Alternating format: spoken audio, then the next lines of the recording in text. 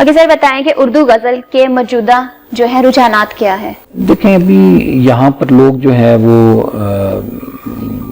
جو جدید شاعری جس کو ہم ابھی کہہ رہے ہیں یا لوگوں کے جو رجحانات ہیں، وہ ایک تو یہ ہے کہ لوگ جو ہمارے ارد گرد پڑی ہوئی چیزیں ہیں، جو ہمارے ارد گرد چیزیں روزمرہ ہے، اس کو اپنی شاعری کے اندر لے کر آ رہے ہیں۔ وہ چیزیں جو پہلے شاعری کے اندر نہیں استعمال ہوتی تھی یا جن کے اوپر بات نہیں کی جاتی تھی، جیسے ہم میر اور غالب اور اس دور میں جب دیکھتے ہیں تو بہت کلاسیکل قسم کی شاعری تھی جس میں محبوب کا ذکر زیادہ تھا اور باقی چیزیں کم تھی۔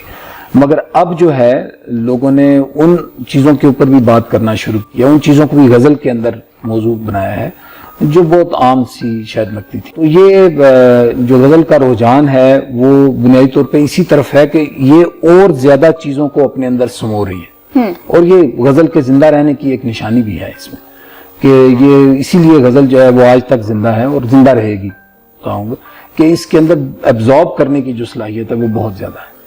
تو جو بھی نئی چیزیں آ رہی ہیں، سائنسی علوم ہیں، جو آپ کے ارد گرد کی چیزیں ہیں، آپ کے معاشرتی مسائل ہیں، ان کو لوگوں نے اپنی شاعری کا جو ہے وہ حصہ بنایا ہے اور موضوع بنایا ہے، اور اس کو وہ کر رہے ہیں، اور یہی وہ رجحانات ہیں جو لے کے لوگ چل رہے ہیں۔ پروگرام کے فارمیٹ کو دیکھتے ہوئے آپ سے پھر گزارش کریں گے کہ اپنی غزلیات کے چند اشعار جو ہے ہمارے ناظرین کو سنائیں۔ ان کہی بات کیوں نہیں کرتے، ان کہی بات کیوں نہیں کرتے، ہم نئی بات کیوں نہیں کرتے، کیا بات ہے، اور میں بھی خوشبو کا ایک حوالہ ہوں، گل میری بات کیوں نہیں کرتے، واہ کیا بات ہے، اور تھک گئی ہیں سماعتیں میری، تم کوئی بات کیوں نہیں کرتے، اور ساری باتیں ادھر ادھر کی ہیں، کام کی بات کیوں نہیں کرتے، کیا بات ہے، اور جن کی آنکھوں میں روشنی ہے سعید، خواب کی بات کیوں نہیں کرتے۔ کیا بات ہے، بہت خوب۔ بہت شکریہ۔ سنا ہے کہ جس کے پاس زیادہ پیسے ہوتے ہیں وہ شہرت جلدی حاصل کر لیتا ہے، آپ کی شہرت کا کیا راز ہے اگر اس پر بات کی جائے تو؟ نہیں، ایسا نہیں ہے کہ پیسہ تو شہرت کا کوئی یہ معیار نہیں ہے کہ پیسہ ہوگا تو شہرت ہوگی۔ میرا خیال ہے آپ کا جو کام ہے، آپ کا جو کردار ہے، وہ بنیادی طور پہ آپ کی شہرت کا باعث بنتا ہے، اور شہرت اگر آپ کہتی ہیں تو میں اس کو اچھی شہرت کے حوالے سے بات کر رہا ہوں، ورنہ شہرت تو جی ضرور، کیوں نہیں، کیونکہ ہمیشہ پازیٹیو میں بات کرنی چاہیے۔ تو اگر منفی حوالوں سے دیکھیں پھر ٹھیک ہے، پیسے کے ساتھ ہو سکتے ہیں۔ اگر سر ایک بہت ہی امپورٹنٹ سوال کہ آپ کی جو غزلیات پر مبنی کتاب ہے اس کی آنکھ بتا سکتی ہے، اس پر آپ کو قومی سطح پر ایوارڈ بھی ملے ہیں، تو ہمارے ناظرین کو بتائیں کہ کون سے ایوارڈ آپ کو ملے ہیں؟ جی الحمدللہ، میری جو کتاب ہے اس کو نیشنل لائبریری آف پاکستان کی طرف سے سن 2018 اور 19 میں شائع ہونے والے جو شاعری کے مجموعے تھے اس میں بہترین اولین شعری مجموعے کے طور پر پہلا انعام جو ہے وہ دیا گیا تھا۔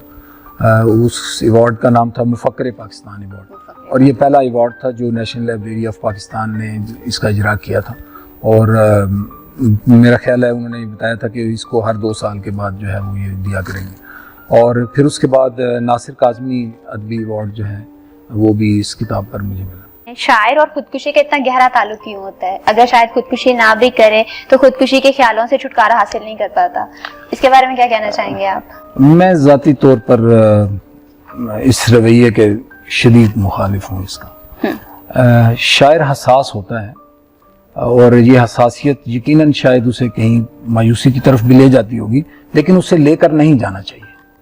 اگر جو شعراء ہیں وہ اس معاشرے کا ایک بڑا مثبت چہرہ ہیں، اگر وہ ان منفی چیزوں کو سامنے لائیں گے اور اس کی باتیں کریں گے اپنی شاعری کے اندر، تو میرا خیال ہے وہ پھر اپنا جو مثبت کردار ہے جو ان سے ایکسپیکٹ کیا جاتا ہے کہ انہوں نے کردار ادا کرنا ہے، میرا خیال ہے وہ اس کے پھر اگینسٹ جاتے ہیں۔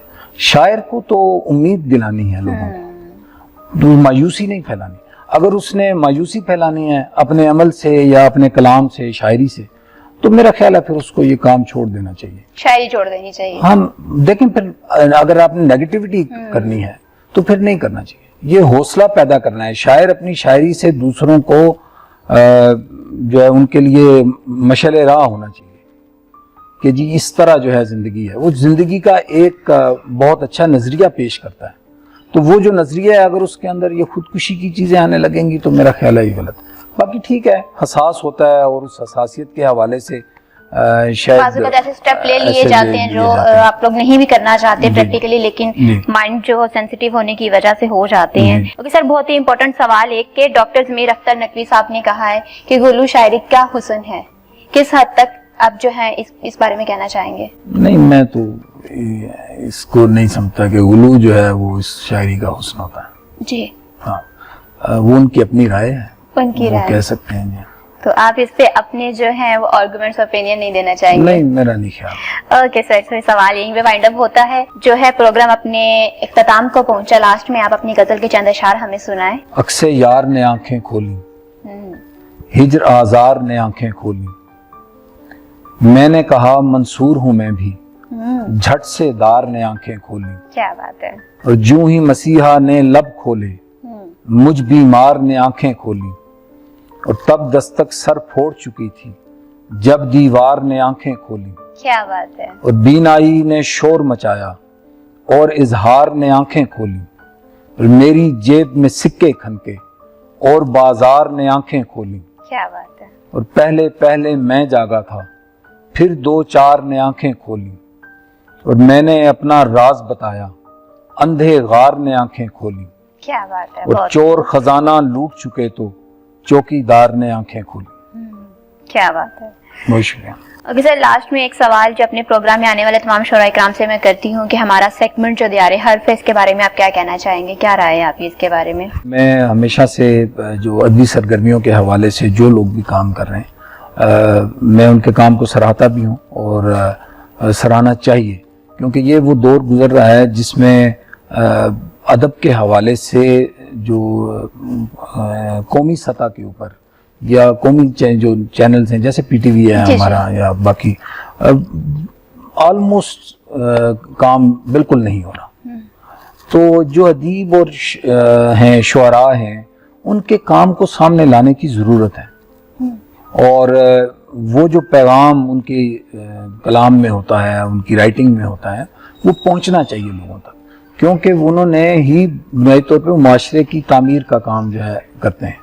تو اگر ان کے کام کو سامنے لایا جا رہا ہے اور ان کے خیالات کو، ان کے نظریات کو سامنے لایا جا رہا ہے، تو یہ ایک بہت بہتر عمل ہے، اور میں سمجھتا ہوں کہ دیار حرف جو ہے وہ اس معاملے میں اپنا کردار ادا کر رہا ہے، جس کے اوپر یقیناً ان کو تحسین بنتی ہے ان کے لیے۔ تھینک یو سو مچ، آپ نے قیمتی وقت میں سے ہمارے پروگرام کے لیے، دیار حرف کے لیے وقت نکالا اور بہت ہی خوبصورت جو غزلیات اپنی زبانی سنائی۔ بہت شکریہ سر۔ آپ کا بہت شکریہ اس پروگرام میں مدعو کرنے کے لیے۔ شکریہ سر۔ Thank you. جی ناظرین، آپ سن رہے تھے سعید راجہ صاحب کو، خوبصورت غزلیات ان کی زبانیں۔ امید کرتے ہیں آپ نے پروگرام انجوائے کیا ہوگا۔ اپنی فیڈ بیک سے ضرور آگاہ کیجیے، کسی کے ساتھ مجھے میری ٹیم کو دعا میں یاد رکھیں۔